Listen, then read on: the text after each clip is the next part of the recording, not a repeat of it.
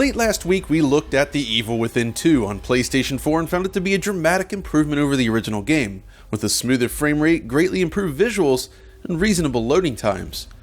Now we have two other versions of the game to look at, the Xbox One release and the PC version. Each comes with its own drawbacks, but the results are still markedly improved over that original game. Before we jump in though, one of the chief complaints aimed at the PS4 version last time was the lack of PS4 Pro support, which left us wondering about Xbox One X support.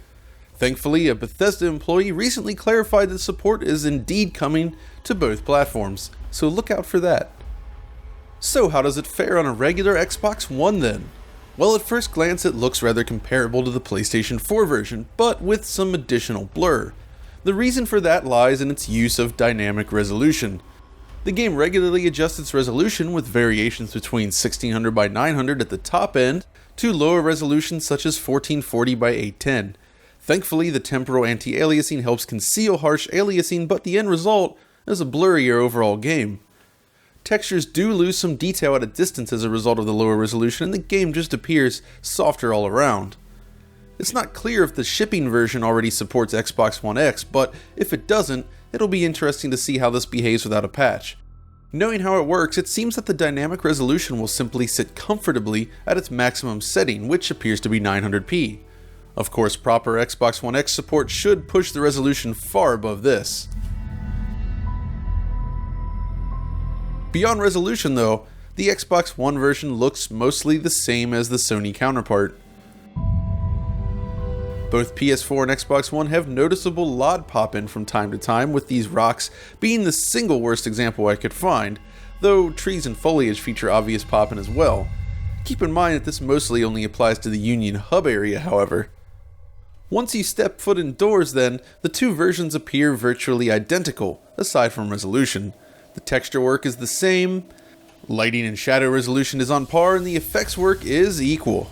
Which is to say, both versions do look dramatically better than the original game, as I suggested earlier. Evidence does point to this engine being based on id Tech 5, but clearly the development team has implemented a huge number of major improvements and changes to create something that is markedly different. Unfortunately, when we jump over to performance, things aren't quite what we had hoped. Basically, The Evil Within 2 struggles to maintain its target frame rate. The drops are relatively minor, but they are often sustained for long periods of time on the Xbox, which results in more noticeable judder. The game just does not feel as smooth to play as it should. This area here, where we emerge from the marrow to face down a boss, highlights some of the worst slowdown we've seen, with dips to the mid-20s as this creature begins to emerge from the ground. These dips are not temporary either. This entire area struggles to maintain a stable level of performance and remains basically as you see here. Out on the streets, things start to look somewhat better. The frame rate still dips at points, but we also enjoy moments where it jumps up to a steady 30 frames per second instead. Of course, as with the visuals, it's still much nicer than the original Evil Within, so if you could tolerate that game, this shouldn't be much of an issue, but it is something to note.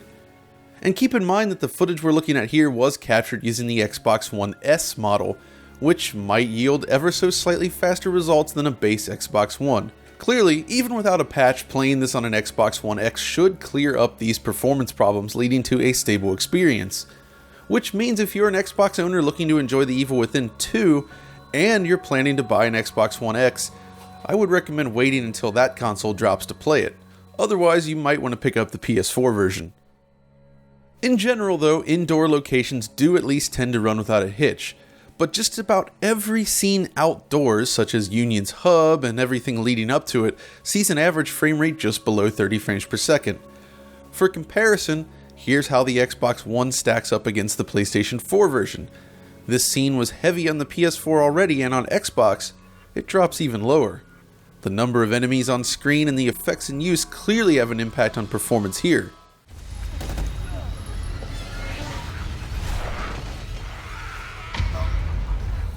But if we rewind a little bit, even to this scene here running through the woods, we still see performance dips on Microsoft's older console in line with the previous clips, and this particular section lacks any sort of enemies or real interactions at all. It just runs slower. So in general, Xbox One offers visuals on par with PlayStation 4, at least in terms of assets, but it operates at a lower resolution with a lower frame rate. If you have the choice between the two and are not planning to buy an Xbox One X, clearly the PlayStation 4 version is the better option here. And now we come to the PC. With the right hardware, the PC version of the game can stand well beyond either console release, offering improved image quality and faster performance. But that doesn't mean there aren't hoops to jump through. Simply put, this is a very demanding game if you're aiming for high frame rates.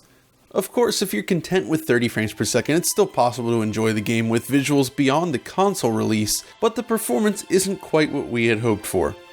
Let's start with the basic feature set though. The options menu is packed with goodies. The best feature is the inclusion of a field of view adjustment, something lacking from the console release. With an increased FOV, the viewpoint feels a lot less constrictive, making for a more enjoyable gaming experience overall. Though we did stick with the default FOV for most of this footage, just in case there were console comparisons to be had. Then there's the basic stuff like resolution.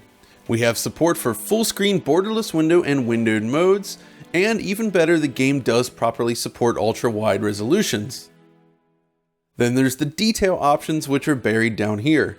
They are plentiful, but ultimately not that useful. Some settings, such as shadow detail, show a significant difference if you look closely. The higher quality shadows are more defined and sharper, but it's not necessarily a transformative difference. This is certainly one area where the PC version has an advantage over the consoles. Depth of field sees a range of changes as well, though arguably the top settings are somewhat interchangeable in terms of rendering quality. The bokeh effect is quite nice, and it appears both while aiming and during cutscenes. Of course, you also have the option to completely disable depth of field if you choose. You also have the option to disable things like the camera blur or the object motion blur. Both are separate options. And while I am a fan of both options, I know that a lot of PC gamers are not into camera motion blur, which is a good thing in this case because it does seem to have an impact on performance. While you can adjust options individually, there are 4 main presets here, and if you stack them up against one another, it becomes clear just how little a difference it really makes. Yes, LOD pop-in is reduced in some scenes, and we lose some of the detail and reflections and things like that, but the look of the game is only slightly enhanced by increasing the detail. Which is why it should come as no surprise that lowering these settings only has a minor impact on performance in most cases. In general, we're talking maybe 10 frames per second at most from ultra to low. And performance is precisely the most important thing to discuss with this port. For this video then, I've decided to approach this from the perspective of obtaining a consistent frame rate across 3 different PC configurations, which might line up with some common gaming rigs. At the top end, we have the 5820K paired with the Titan XP, which certainly is not a common configuration, but in the mid-range we have an i5 3570K paired with both an 8GB AMD RX 580 and the venerable GTX 970. Let's kick off with the high-end option just to establish a baseline on how the game works in a best-case scenario. I started the game by going straight for 4K with the Ultra preset and the 30 FPS cap disabled. The results are disappointing, but not entirely unexpected. Performance is playable, but nowhere near holding 60 frames per second during gameplay. But fortunately, if we do enable the 30 FPS cap, it is now possible to enjoy the game at 4K with maximum details enabled. The performance remains very consistent in this mode, and image quality is greatly improved over the console release.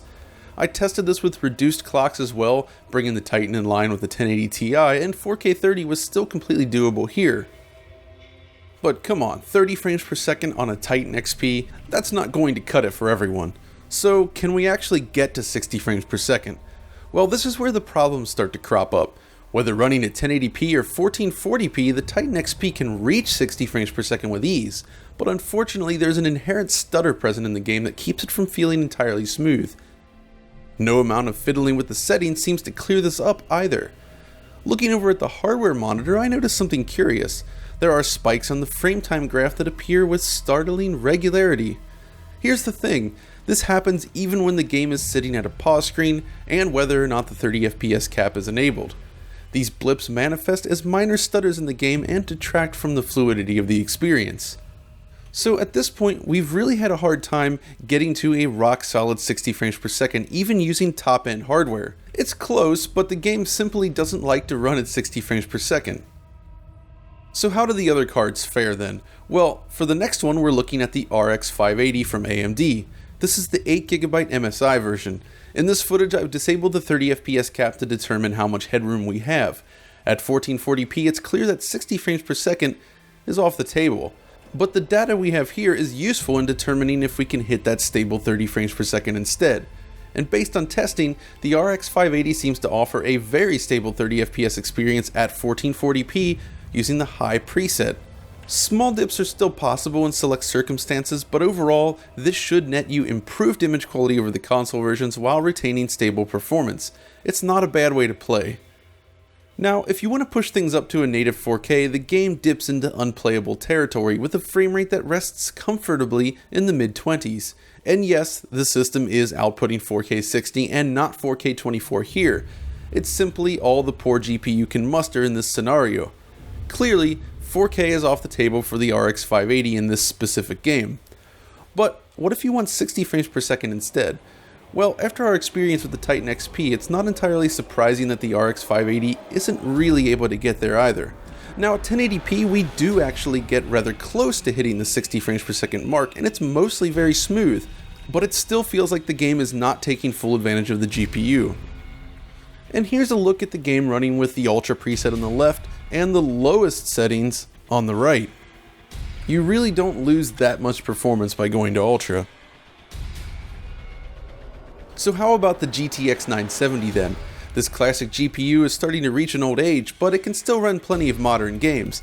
Unfortunately, The Evil Within 2 is one of those games which gives the 970 some trouble. In this case, your best bet is to play at 1080p with the 30 FPS cap engaged using the Ultra preset. Not too far off from the PlayStation 4 version.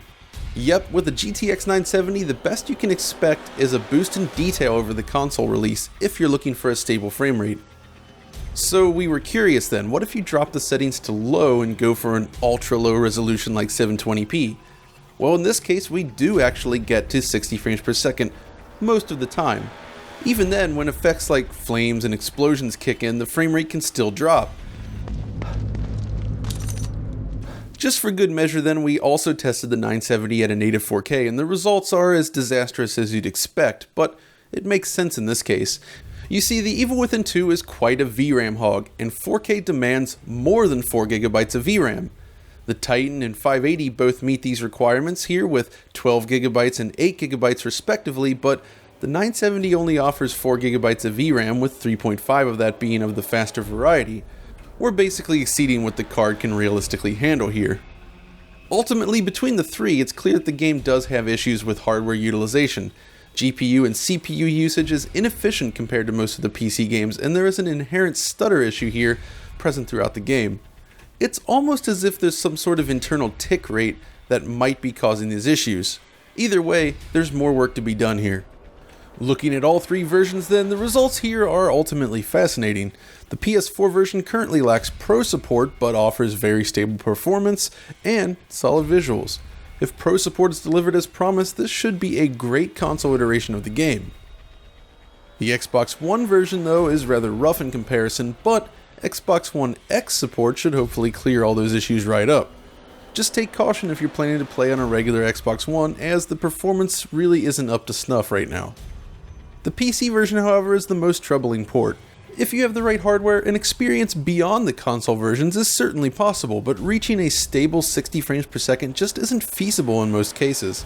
It's a decent but highly demanding port that does not fully exploit the power of the platform. Hopefully future patches can greatly improve upon performance, but we'll see.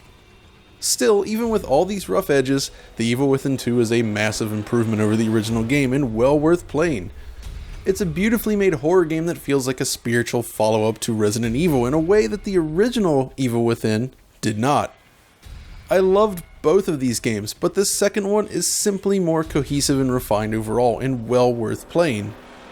That's all for now though. If you enjoyed this video, be sure to like, subscribe, and follow us over on Twitter. And until next time, this is John signing off. Freeze! Who are you? What are you doing here? Hold your fire! I'm a human! Sorry about that.